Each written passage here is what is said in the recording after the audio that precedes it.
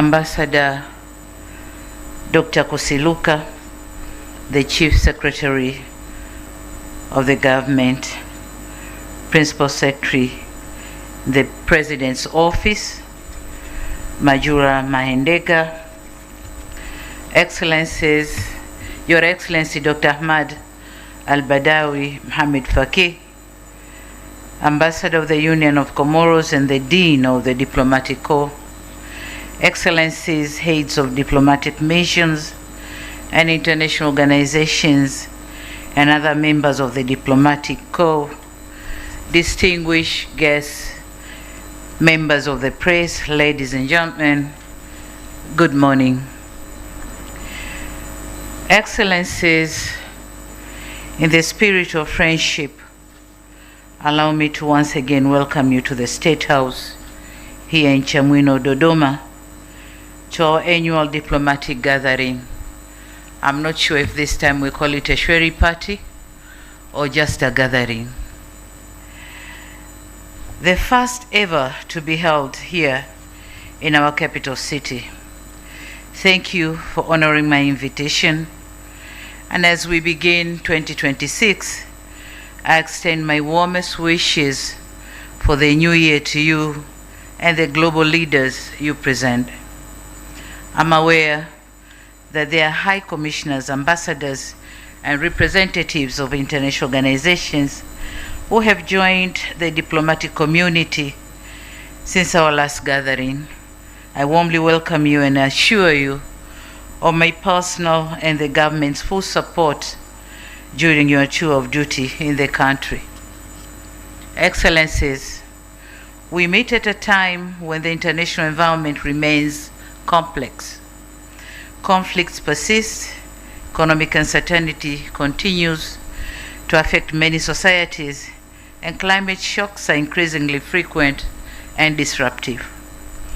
In such a world, Tanzania remains firmly convinced that dialogue, cooperation, and multilateral solutions are indispensable, and the value of diplomacy is not ceremonial, it is essential. The past year has been impactful and one of profound transition, not only for us, but for our neighbors and allies. In memoriam, we pause to honor the prominent global icons who have passed away this last year. Their contributions to development will forever be etched in our history. We extend our deepest condolences to their nations while their legacies challenge us to lead with greater purpose. On the other hand, we have witnessed the wind of change, and we have watched with keen interest the various elections across our continent. We congratulate the newly elected governments in our brotherly nations. Tanzania stands ready to work with these new administrations to strengthen African Union's vision of an integrated and prosperous continent. We note with satisfaction the prevailed democratic resilience across the globe. Despite our own challenges, we celebrate the peaceful transition of power seen in friendly nations abroad, including some of your own countries. Their success provides us with a roadmap for our own institutional reforms.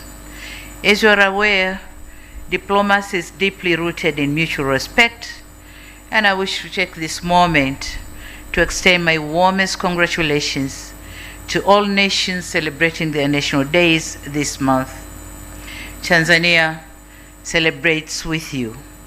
Your progress inspires our own, and your friendship is a pillar of our foreign policy. Excellencies, the past year was a significant chapter in Tanzania's journey. Economic diplomacy remained central to Tanzania's foreign policy, with government's efforts focused on attracting investment, strengthening public-private partnerships, and expanding priority sectors to drive economic growth, create employment, and promote inclusive development. My administration remains committed to further unlocking our economy by, among other things, empowering the private sector. Looking ahead, we'll pay particular attention to the blue and green economies, logistics, manufacturing, and digital landscape. Furthermore, we are eager to harness our extractive sector, including natural gas, iron, steel, and critical minerals, to drive national development. Excellencies, as you are aware, we successfully conducted our 7th democratic election, achieving a milestone with nearly 44% women representing in the National Assembly, and the election was solely financed through domestic resources. This underscored national ownership, institutional maturity, and the government's commitment to self-reliance in managing democratic processes. Despite these remarkable achievements, with heavy hearts, we acknowledge the challenges of the unrest and violence on the election day and shortly thereafter.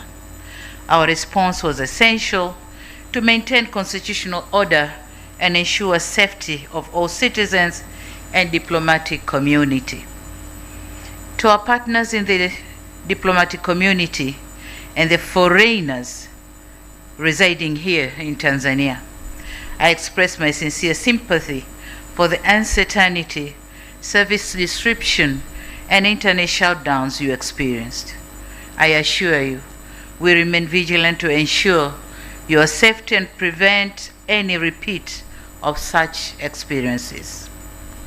Excellencies, democracy is the voice of Tanzanians has been heard through the ballot box, and that voice must be respected.